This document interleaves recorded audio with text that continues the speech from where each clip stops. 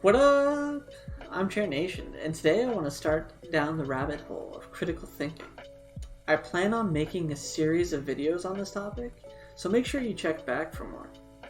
Today I want to talk about two foundational concepts though, and they're called valid and sound arguments. Once you understand these two very basic concepts, you can start reliably deconstructing arguments to determine whether or not what you're reading or listening to is a source of truth. And once you gain a series of truths, you start collecting what is called knowledge. So let's get on to the first one, which is valid. What is a valid argument? The conclusion has to properly follow from the premises to be assumed, if you assume them to be true, For instance, now you might not understand this one right off the bat because it's just a bunch of variables, and that's fine. We have more examples on the way, so don't worry if you don't understand it right off the bat. So let's start. All A's are B's. No B's are C's. Therefore, A's are not C's. This is a valid argument because when you look at the premises, they guarantee you that your conclusion has to be true. So this is a deductive argument. Don't worry about what that means just yet. We'll get into that in later videos. But in this deductive argument, the premises guarantee your conclusion. Now, let's try an example that's a little bit more easier to comprehend. Let's go with a valid but untrue premises. So the argument is completely valid, but it is completely unsound at the same time. And what unsound, we'll get into what unsound means in the next slide, so don't worry about that. Let's start. All shoes are made of tin. All items made of tin are time travel devices. Therefore, all shoes are time travel devices. So obviously most shoes are not made out of tin. I guess you could have some here and there. And we know, at least to our knowledge, the best of our knowledge, that just because an item is tin doesn't make it a travel device. But if we assumed both of these things to be true, then you are guaranteed that your shoes made of tin would be time travel devices. So let's go on to what an invalid argument is now. Let's go with basketballs are round. The earth is round. Therefore, the earth is a basketball. Now, the premises are true, but they don't guarantee you the truth of the conclusion. Whether the premises are true or not, in this argument, you cannot gain the information that the earth is a basketball. Now, you also can't gain the information that the earth is not a basketball.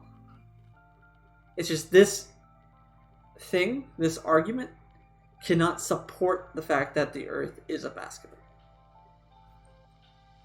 So let's go on to sound now, because this will all start tying together. Oops. What is the definition of a sound argument? It's going to sound a little bit similar to what a valid argument is, but there'll be subtle differences. All premises of the argument are true, and the conclusion follows from the structure of the argument.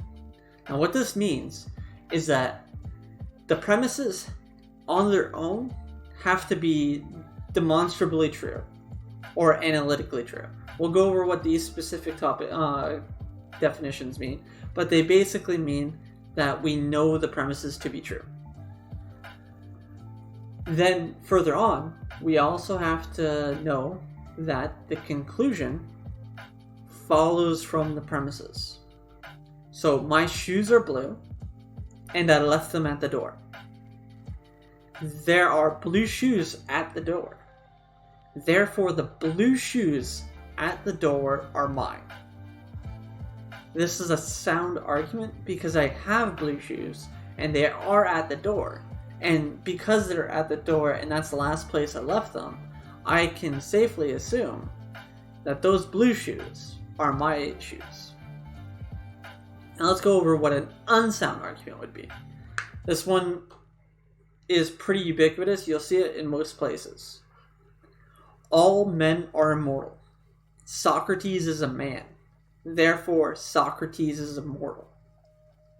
Now, this is a valid argument because if we assume the premises to be true, we do get the conclusion, therefore Socrates is immortal.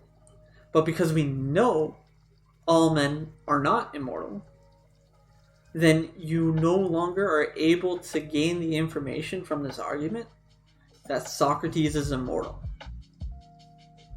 And again, like I said before, it doesn't guarantee that Socrates is not immortal.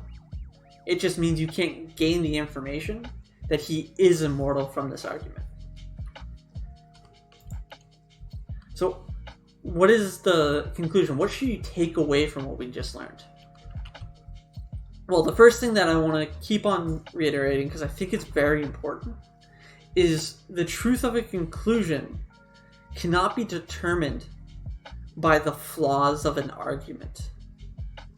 And what I mean by that is, no matter how bad your argument is, it does not mean that your conclusion is wrong. It just means that I can't prove that your conclusion is right from the argument you gave me.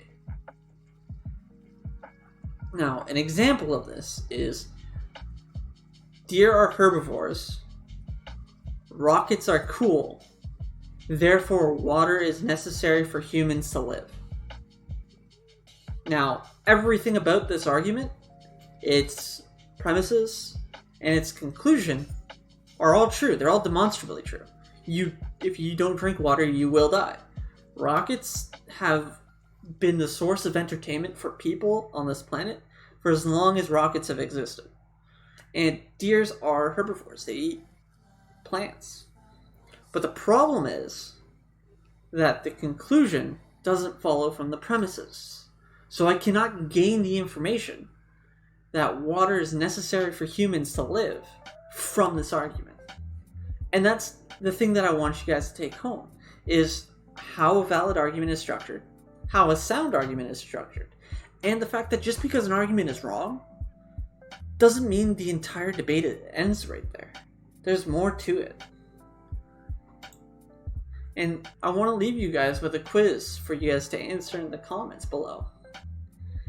Is the following statement true or false? Explain in the comments below. All spider monkeys are elephants. No elephants are animals. Therefore, no spider monkeys are animals. Now, when you answer this in the comments below, I want to know why you believe it to be true or why you believe it to be false. Is it a valid argument? Is it an invalid argument? Is it a sound argument? Is it an unsound argument? Now, you're trying to collect a truth here. So for it to be a true, it needs to be a sound argument. I just want you guys to remember that.